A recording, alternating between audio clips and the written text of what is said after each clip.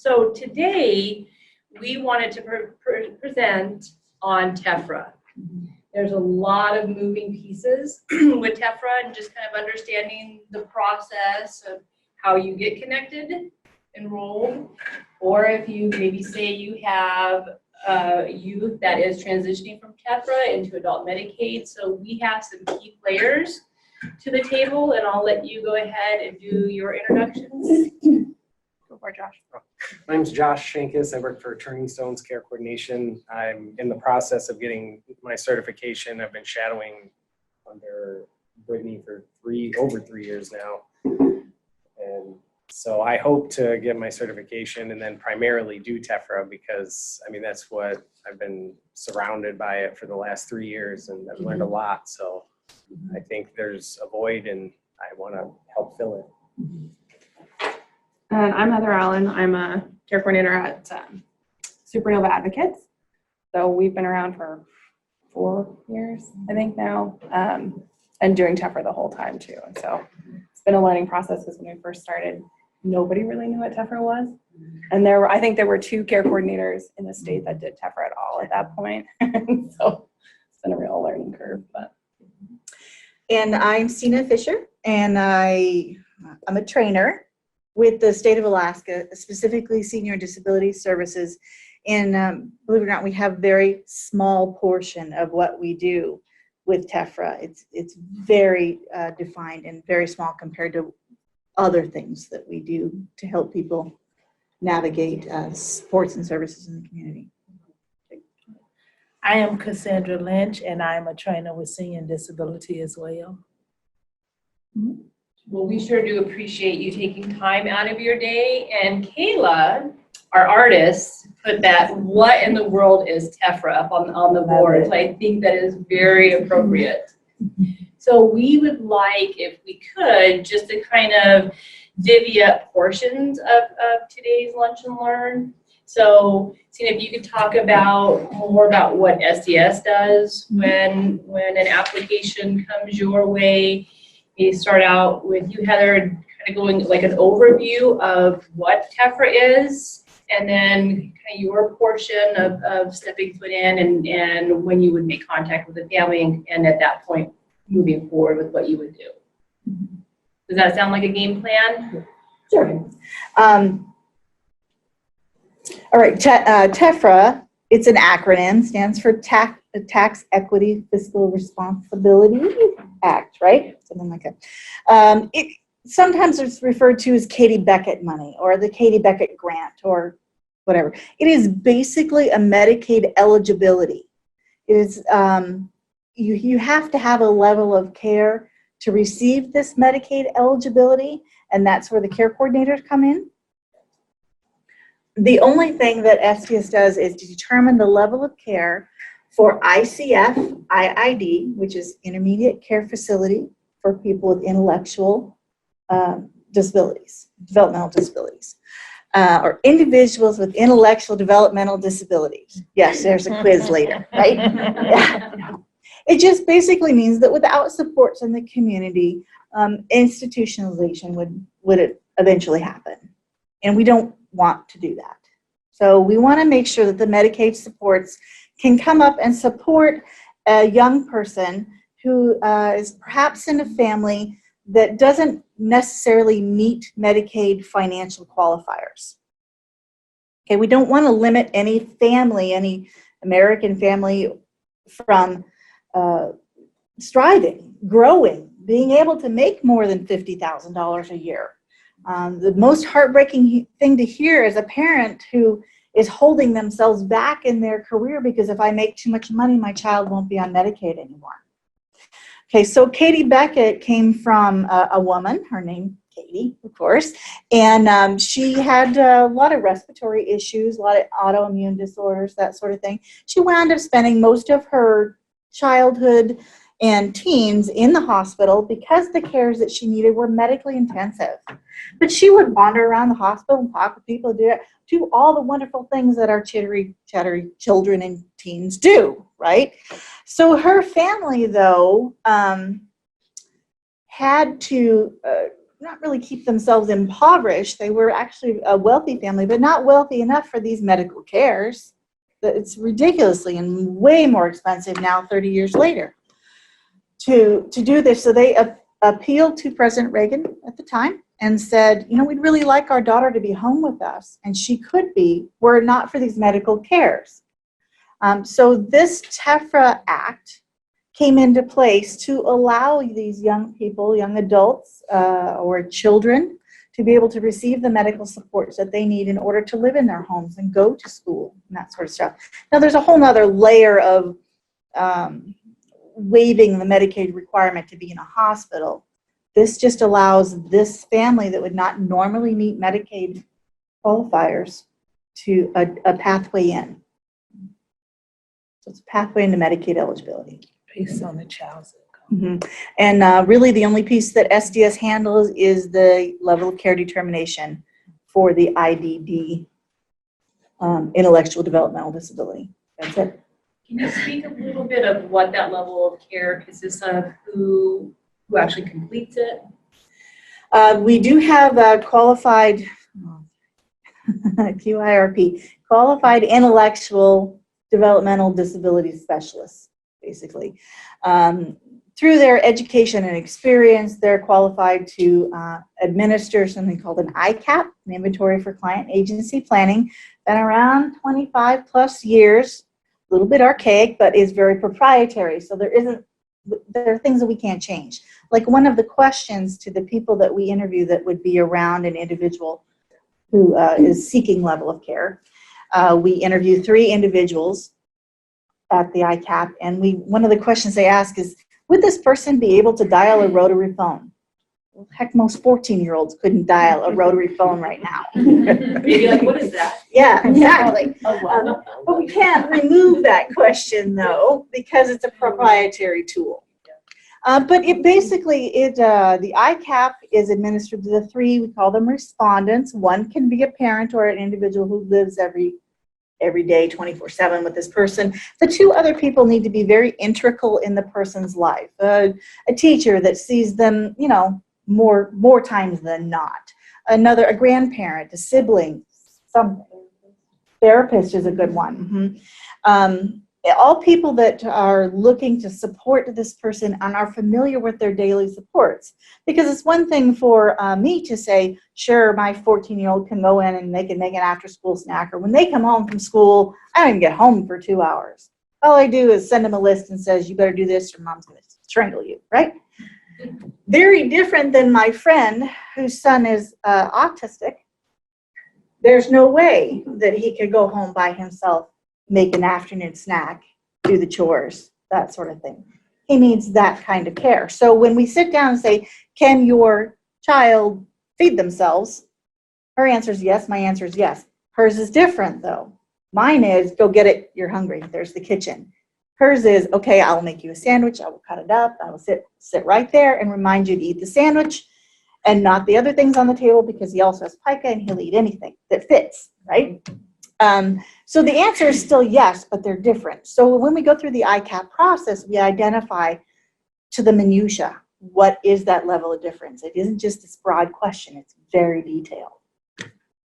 So that's the ICAP determination, which then is scored and says whether or not we have intellectual developmental disability determination. Some other things that come into that are, as the DDRC team knows, therapist notes, other doctors they visited with, what are their official diagnoses, which for young people change, grow, modify, that sort of thing. And so keeping up with that, I think especially for TEFRA individuals, keeping up with that growing. How is this modifying? You know, nobody grows through life the same way. Nobody, regardless of what your diagnosis is. All kids grow and mature differently, and all people with autism grow and mature differently, or cerebral palsy, or any of that. Another question? I think that pretty much covers that part of just like the assessment of what SDS does. That's what we do, and that's really after these guys get involved. Yeah. Mm-hmm. So TEFRA is basically it's a form of Medicaid, which she was talking about. And it's meant for families that, their child has some sort of diagnosis that requires additional medical supports than what a typical age peer would have, right? So maybe they have cerebral palsy, and so they have to go to OT-PT every week. And oftentimes what I see is families, because they're high enough income that they don't qualify for family Medicaid, more often than not, they have their own private insurance too. They've got private insurance through work. So Medicaid becomes kind of a secondary insurance for them. And then because their child is going to therapies often or something, maybe their private insurance only covers 20 visits a year, but their child has to go, every single week. So 52 visits or more, right? Yeah. And so it becomes a big financial strain on families. And so TEFRA ends up being that secondary insurance, so it picks up all the remaining ones that the private insurance isn't covering anymore. So that's what I end up seeing a lot from the families that I work with, is that they do have a private insurance, but they want this as a secondary insurance so that they have full kind of coverage for their child instead of only having one or the other. So with that, we would get families, I don't know about you guys, but I know most of our families, come from doctor's office referrals. Yeah, quite a few do. So what happens is you go to the doctor, and the doctors are the ones that are realizing, like, oh, your child has some sort of diagnosis that is going to require more supports. And so they're the ones that are saying, you should really consider TEFRA. And so people come to us and are like, what is TEFRA? I don't know what that is. Somebody told me to get it. I should, how does this work? And so I know most of the agencies, care coordination agencies, have some sort of breakdown with a pretty lengthy email or just breakdown of what to expect with TEFRA and how the process works. And so really, there's a pretty thorough packet, which we have a lot of the forms here, to apply to DPA first, because you have to do kind of that overall Medicaid eligibility for your child. And so it does break it down, showing that your child would qualify.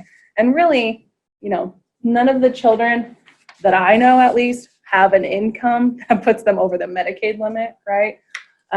Because even though as a family, maybe we have a house, we have a car, we have a boat, we have a whatever, my child doesn't have any of those things. I have those as the parent, right? Does child support count as their income, the child? No, because that is for the care of them, but it's not like the check isn't being written to that child for them to be getting, right? The only thing I've seen is when they have a savings account for the college fund, which some of them do, and some of them do just have medical concerns, because Sina pretty much just talked about the IDD, but there are children who are psychiatric, and they're very, those are probably one of our most challenging ones to get approved, but if you have the paperwork to back it up, then it's helpful. And then also critically medically challenged children. So, and they can go on to, having college and doing whatever they want. So, and so sometimes they need those accounts, it's but the bank accounts that your child's name is a part of too. That can become tricky. And so for kids that we work with, they end up getting like trusts set up instead of just a standard savings account, because the money that's in the savings account with the child's name associated, that does count against their Medicaid eligibility income. So we start out doing that DPA piece, make sure the eligibility is there and that it's within that Medicaid income limit. And then once we get the go-ahead, DPA will send out a referral to whoever the care coordinators that might be working with you already, as well as Comagene.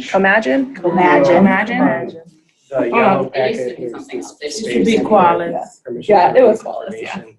You can write, if you have a care coordinator in mind, then you can write their information and the permission to release and submit that to DPA. And then DPA will have them in the system and will send it, they will fax it and email it to the care coordinator, so they'll know when it's being reviewed.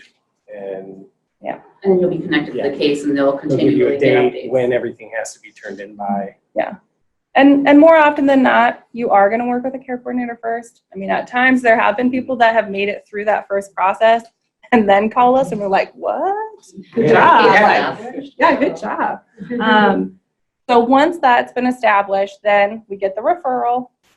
And that's when we figure out as a care coordinator which level of care type to seek for your child, right? And so that's where we'll ask quite a few questions and say, like, tell me a little bit about your child, what kind of diagnosis is going on, all this other stuff. With the packet you're submitting to DPA. I know our agency prefers to get a copy of that packet because really you are compiling a lot of information for this packet to DPA. Some of it is school records, some of it's medical records, any evaluations your child has had already. So you've already pulled together a lot of information that's good for us. And so we do request a copy of that as our agency, because then we can start pulling information from there already and hopefully answer some of the questions we already have, right? And so we figure out level of care type, and then we simultaneously kind of work on level of care and the plan of care piece. And really that plan of care piece is just kind of an overall generalization of what could your child access through Medicaid, right? So what are all of the Medicaid services that are available for your child if they need that, right?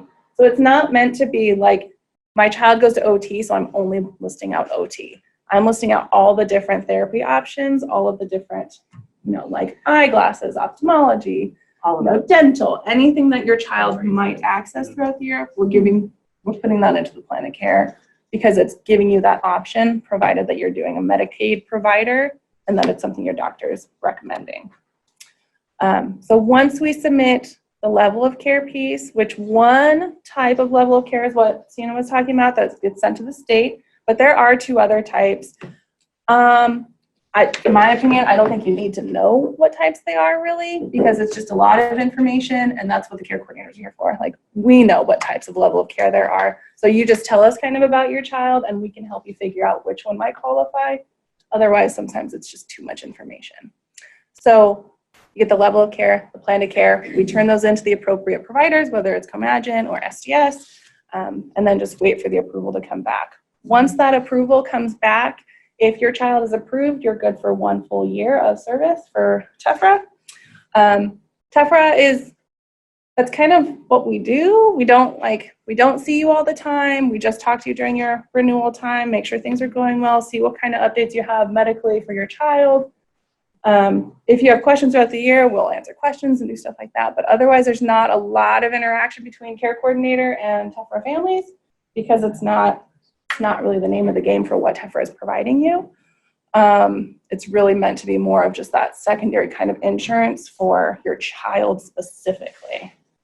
I do know a lot of families that when their child has some sort of medical, like extra medical things going on, and they have to fly out of state for supports, like maybe they have to fly to Seattle Children's Hospital, that's a big area where families have been super thankful to have TEFRA because that is such a big expense on your family to have to go outside, and then maybe your private insurance isn't covering that much of it, or even just the travel flights, the hotel, all of that stuff. I think they cover 1 companion. Mhm. Yeah, so if you want both you and your husband or something to go, then you do have to cover your husband, but they will cover that. Yeah, Currently. the child, and then 1 companion person to go with, 1 escort. Are you hearing that they're reining that in? There's just been a lot of cuts happening We lately. just got so our I'm just always first hesitant. ever denial, ever, Oh, really? and it was after the fact. So I'm just kind of waiting to see what's gonna happen. Wow. Yeah, I hadn't heard that yet. The Shriners is gonna eat it, or if they're gonna charge it back to me, or what. I know they always say don't pay it until you get it figured out. Because I didn't book the Medicaid tickets. won't. I mean, I didn't Oh, do okay, it, yeah. so I'm assuming that somewhere along the line that people, Yeah, I don't know how much they were. Yeah, and because there are intricacies for sure between like the doctor here that you're seeing in Alaska versus the doctor that you're going to see. And so they've got their own paperwork that they've got to work out and make sure that it is saying the right things to get that referral to go down, because it is expensive, it's just- Insurance and all of go that, down. everybody else play a part as well. Mhm. Yeah, So so the family that goes, what, every month or every Yeah, other month? For their because child to Seattle? Yeah. it's at least 7 times a year they Yeah. fly, and they live in remote, so they're not within driving distance to Anchorage even, so they have to get a day of travel to Anchorage and then travel from Anchorage to Seattle, and that's all covered by TEFRA. So yeah. Well, and it's definitely meant to be as specific to your child of what their needs are and their care is that's requiring the extra medical support, right? and doctors also can help a huge part in what their notes say, and because we've sometimes have families tell us like, this is currently what the medical situation is, and then you pull the notes from all the appointments in the last year, and the doctor is like, oh yeah, everything looks great. I'll just see him again in a year. And then you have to get more records so that you can show like this is still an issue and this is still an issue. And then it's as sad as it is, it's like you have to justify the needs and you can't really hold your child up on this pedestal. They're doing great. Everything's improving because if they're not going to meet the level of care by talking or by Talking about what they can do. what they really. can do. I mean, Yeah. it's true. And I do think that as parents, we all do that. You know, we all are like, oh, my child is doing really awesome. But then it's when you kind of like stop them and slow down and be like, oh, wait a second. I really am still doing all of these things, even though we're not talking about it, right? So maybe my child has improved some. And so like in my mind, it's doing really awesome. Like she's doing great. But when you break it down, and that's a lot of what the ICAP does too, is making sure that it's not just like talking about all the great things that my child has done recently. It's also talking about the actual needs and what my child, how they're sitting at compared to an age appropriate peer. I think what's helped some parents is I'll say, because you'll do 4 a lot and you don't even think about it. So I'll just say, on your child's worst day, without your help, can they do this? And then I think thinking about it that way has really been like, oh, well, no. Yeah. But they do, because I do it, but I didn't even think about it that way. Yeah. Right, but that's how you need to look at it. Mhm. Plan for it, so, Anticipate their needs. yeah, anticipate the need. Yeah, I have a question.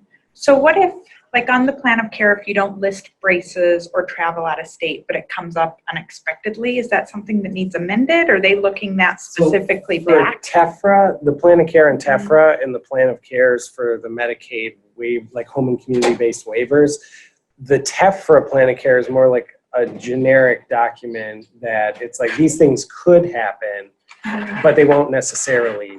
And even there's a cost sheet where for travel, you don't put a dollar amount. You can either put there's none planned in the next year, or you just put X for the dollar amount or the number of trips sometimes. Say you did It's- not put the X on the travel, but it comes up unexpectedly. It still should be available. Yeah. I've had it where the parents didn't think that they were going to be traveling, and then they ended up having to go down and travel, and they were still able Or to do So it. it's emergencies kind could of once come they up. qualify a blanket coverage almost. Yeah. Okay.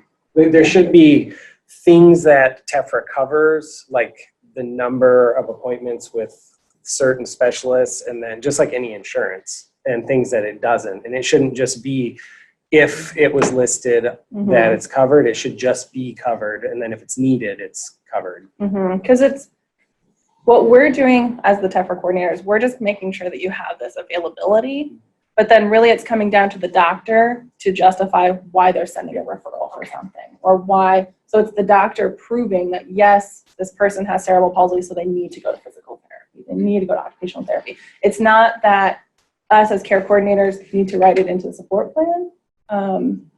It's just ours is kind of just a generalization saying like, here are all of the things that you could access through Medicaid, but not that you will access through Medicaid this year. Does that make sense? Yeah, thank Like you. Would it- Medicaid, I'm sorry, would that be something that you would do like at the beginning? Say if I'm a new parent trying to get TEFRA and we go to fill out this application, that would be our beginning stage with the care coordinator of filling out all the documents. And if like say within 3 to 4 months, something else different comes up, we come back to you guys and say we need something else, or would that be, it's already there once the once TEFRA is qualified? approved, the doctor, like if they need speech therapy services, then the doctor would have to do a referral for that. The care coordinator is really only needed for the renewal. Initial and renewal? And then Okay. if you have any questions about the renewal.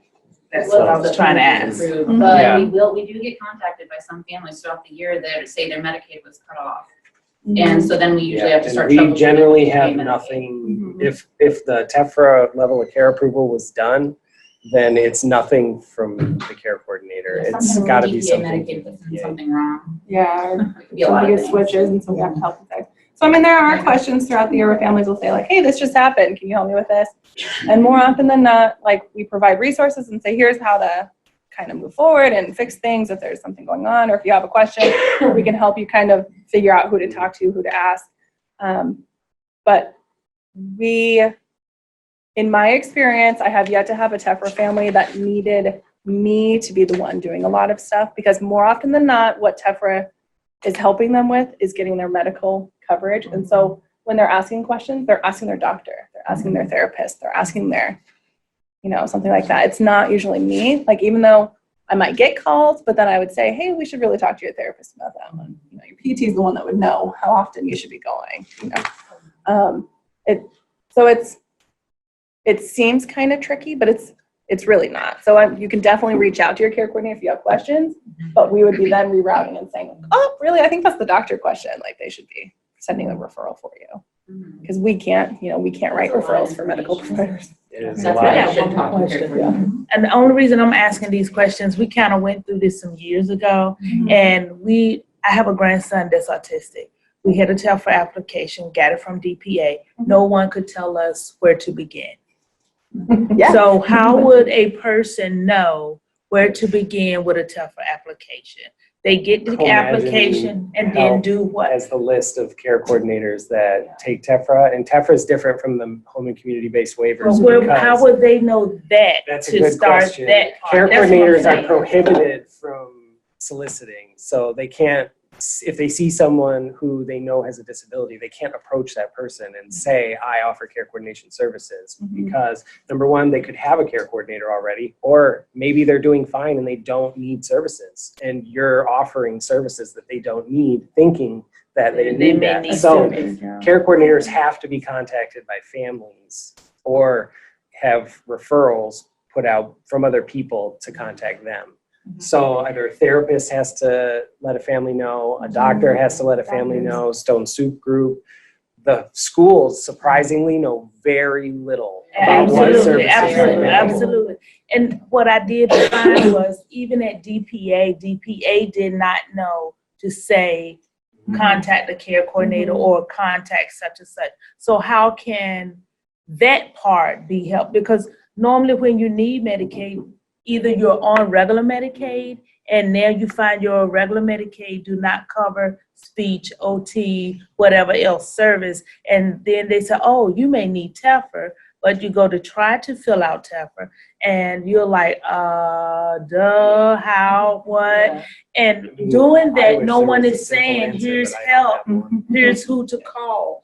I would say that Stone Soup Group would probably be, and I'm not just saying that being in Stone Soup Group, but that's kind of where the assistance with finding a care coordinator that is then apart from everything else would be where we would start. So if I have a family come in and they say, hey, this is what's going on, I tried applying for Medicaid, I'm not sure what's available out there, then that's where DDRC would step in and say, well, hey, have you thought about TEFRA? Do you know about this? Let's contact some care coordinators together and really kind of dive deeper into what I think DPA is aware of when it comes to applying for anything that's developmental disability related. I'd really like to hear more about, we can talk about developmental disability quite a lot, but you mentioned the two other levels of care. Nursing facility level of care and intermediate psychiatric hospital level. Right. Yeah. I'd like to know more about that, because I really think, and I've been with the state doing this for about 10 years. I've been all over the state, lived all over the state. I really think that's an untouched, people don't know what to do, where to go for help. And eventually, you hear things like Stone Soup, you hear things like ADRC or DDRC. Yeah. To a parent, that's like It's a lot of acronyms. it's a lot of acronyms. It sounds It's really boring if you government. don't know Yeah, anything. in the Army, this is a lot of acronyms. No kidding. My husband's a retired Army officer, and we talk about what POC means a lot. Support plan. Yeah, and that's why I advocated for that big time. Come on, some support plans, please. Yeah, tell me more about how a family with a young child, maybe under 2 years old, a year old, when do they say, I need help? You mentioned doctor's offices. Our doctor. Well, yeah, and I I was had diagnosis and here, call this woman, you need TEFRA. I think a lot of We it were very is lucky. the care coordination agencies sending so many requests for TEFRAs to these doctors, because before it was only like the 2 care coordinators in the state, and now there's multiple agencies and their doctors' offices are constantly getting contacted. So that I think we've had referrals because doctors have been contacted by us so much, and they've seen the request for information for TEFRA, that they have just told families, we know they do it, so give them a call. And I appreciate that. Yeah. And I think what Josh is saying too is that there's not one easy way for families to know that they should apply for TEFRA, because how can you know to apply for something you have no idea No, what it is, what you it know? is. And so it's the idea that we're making sure that all of the doctors and people that they're seeing early on are the ones that know about TEFRA, that they're the ones that are saying like, oh, maybe you should do a TEFRA. And there have been a handful of times where I've gotten calls from families and I just go through my screening questions with them. And I'm like, oh, you don't even qualify for TEFRA because you already have Denali Kid Care. Exactly. It's the same thing, but it's because the doctor was like, oh, maybe you should get TEFRA. There's other people that are doing TEFRA. But really, it's the same level of coverage that you would get with Denali Kid Care. So if just the a family different way is of already, That's a family-based income Mhm. qualification. So if Yeah. you can qualify for Denali Kid Care instead of TEFRA, it's a better way, because TEFRA, there's so much paperwork involved more. and it takes a lot more time. Mhm. It's the So, same but package you that may they fill transition out. from one and then need TEFRA, and then Yeah. it's still But available. Because it you guys keeps should the talk to family's that, though. income capped. And we shouldn't have families capping their income. But if they qualify, if they're If they already If they're do, there then in that's town, great. they can go in Yeah. that Mhm. But most people qualify for TEFRA based on their income, most working families or like that. I mean. Yeah, because TEFRA doesn't look at the family. they look Right, at the they child. look at the You child. don't do Yeah, this and- stuff for and TEFRA. really- Or for Denali Kid Care. Uh-huh. For Denali Kid Care, you only do the yellow packet. Yeah. And then Yeah. the So it's, bank What I'm saying statements. is they fill it out differently because it's Oh, child yeah, income. the way that the yellow So- packet is filled out for Because my daughter DPA. went from kids to now the kid care uh-huh, to TEFRA because of income change right. based So on her when income. you're doing the yellow packet or the Gen 72 from DPA, the initial application, it's the same for everything from food stamps to public assistance and Medicaid, yeah. and TEFRA. So when you're filling it out, doing TEFRA, you're filling everything out as if your child is the one answering all the questions for themselves. So when it asks about their employment, if your child doesn't have a job, you say they don't have a job. If it asks about mortgage, car payments, all that, if they don't have it, then you answer no. But then there are things that you do need to list, like people in the household you can list, but you only need to list the child's social security number. Nobody else. Nobody else is in the house. And then Anyone's been convicted, like somebody. I don't even know if that matters, because it's based off of just the child. So, and let's see, Health health insurance. insurance. If there is health insurance available to the child, then that does need to be listed on there. So on that, if they add the care coordinator as somebody who information can be Oh, released to, yeah, that on just Appendix covers C. all DPA? This is Gen 58. There's the permission to release information. You can list a care coordinator there, or I think it was the Med 4. There was a spot Yeah, up in the the one corner packets. that Some of this you can information list the is care changing. coordinator. But that will get DPA to fax the Gen 140B, which is a coupon, basically telling the care coordinator that the application's been accepted and it's being reviewed and that you can go ahead and start your portion. And then Comagine Health will also get the same coupon or an email from DPA saying that they've received it and that this is the care coordination agency. And then Comagine will reach out and ask what level of care type you're seeking for them. And if they've already filled out all of this paperwork and sent in the application and they gave the care coordinator a copy, then the care coordinator can already get the ball rolling on all of the paperwork that they need. And it's a 90-day window from when all this stuff is turned into DPA and they accept it to when everything is supposed to be completed. So if they've listed the care coordinator there, then 6 months later, if Medicaid stops working, will they speak to the care coordinator? No, with that DPA release? generally does not Only reach for out to that care application. coordinators. Okay. And we'll say we've seen that it's only on the initial applications Yeah. that we're connected to the client, and then other than that, like if we're getting a We- transfer Yeah, from we generally someone don't else, get mail. it's like DPA doesn't even from know, no matter how many DPA. appointment the care coordinator and releases we send them. So care coordinators, you have to track the renewal, TEFRA renewal, Yeah, kind of so- yourself, because they don't let Yeah, you know. So Comagine sends us, when we get the renewal, they send us, or the approval, it's a one-page document that has the month, because it goes month to month, not specific day. Right. So it'll just be like May of this year to May of next year. And then they can continue to be on TEFRA until the end of the month of their 19th birthday. So if their birthday is in November, then the last day of November after they turn 19, they have to transition to adult Medicaid or a Medicaid waiver if that's the option that they want to take. Yeah. And I'm sorry. go ahead. Please go No, ahead. go ahead. The adult Medicaid does not have a care coordinator No, associated. adult Medicaid is just them as an adult applying based on their income. Yeah, So if they can't work or they don't work or they have a job that doesn't make over the income requirement, then they can just apply for adult Medicaid And as SSI an too. adult. Yeah, And so- SSI. And SSI. And what I have Social heard Security, is yeah. a lot of parents say to apply for SSI before they're an adult Yeah. because it's so much harder once they're an adult. Yes. Yeah, actually, I just got a message today from a parent that went to the SSI office and said they had told her to do it about 2 months before 18, to at least try to start working on setting up that appointment. Yeah, they set her up and she's got it set up, bring in paperwork, and they'll help them process that. And guardianship as well. And guardianship, Oh, yeah. about 6 months before Yeah. they turn Yeah, 18, something you should like look into it. Is the best list of what's available for the families that cost sheet to know what they could be requesting? No, there's a Where would Medicaid they- recipient handbook that Okay. I'm not sure if you could pick one up at a DPA office, just walk in and if they have them available. But it's about, I want to say 70 pages. I think it's online. Oh, it is. There is It's a online. PDF online, but I couldn't even tell you where to go to find it. DPA web, Yeah, Medicaid maybe just recipient. Google Medicaid, DPA Alaska web. Medicaid recipient handbook. Yeah. It has an umbrella on the cover, I think. It's online. When it pertains to you, it actually is. Yeah.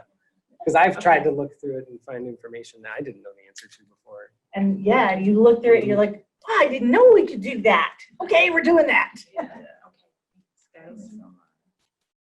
I have a question about TEFRA and reimbursement. So if you have a family that goes and applies for TEFRA and then 3 months later is approved, my understanding is that it will not back pay any appointments that were. In the Up until initial that point. application, they can request up to 3 months. I But heard not anymore. Not anymore? Not anymore. Well, Qualis is no longer doing okay, it, so they then- won't do any retroactive stuff. I take that, Okay, I just So wanted to it's- make but sure it should that be that was- from the date that the application is submitted. Yeah. Do not pay any doctor bills. And then they should be able to back bill Medicaid because Up the to them. Medicaid should go back to the date the application was submitted. So, and it's even for that whole month of support. So let's say September 15, family turns in their application, they have their interview the next week. If they end up being approved, even if it's December, by the time the approval comes through, Medicaid will backdate all the way to September because that's when the application was submitted. In previous years and up until just a few months ago, there used to be the option to do retroactive. And so if a family turned it in September, they could say, yes, I already have some outstanding bills I need paid. They would go up to 3 months before that. So they'd have up to June. They no longer can do that because the provider that was willing to do the backdate retroactive level of care is no longer doing it. And so we can't ask for that anymore. So it's just up until the month that you submitted your packet for. As long as the bank account's correct. And do we know, Yeah. is Medicaid or Denali Care kind of doing the same thing? Is that, It's Yeah, all, so it's all Medicaid. It's just one big umbrella of Medicaid. You just have different pools of kind of I think funding. that's why there's an umbrella on the Yeah. handbook. So Yes. it's like, it's all the same coverage, which is why if a family calls me and says like, oh, we already have Denali Kid Care, I'm like, just stay on it. It's not any different. Much easier to qualify because you only have to do the yellow packet and give bank statements instead of the yellow packet bank statements, all of this paperwork here, and then all of the paperwork the care coordinator needs signed. Mhm. So if they already qualify for Denali Kid Care, even if somebody was like, ooh, you should apply for TEFRA, I still tell them, I recommend you don't because you already qualify. If your income changes, like now your husband got a job and it's a better paying job, you're no longer in that income qualification, definitely reach back out. I'm happy to help you. But there's no point in the family going through additional work and additional stress to have to do all the TEFRA paperwork and the TEFRA application when they're already getting the same level of Medicaid. It's not gonna give them any Yeah. additional. It's the same exact insurance coverage. It's just how. It's just how you Mhm. qualify That's for how. it. Into it.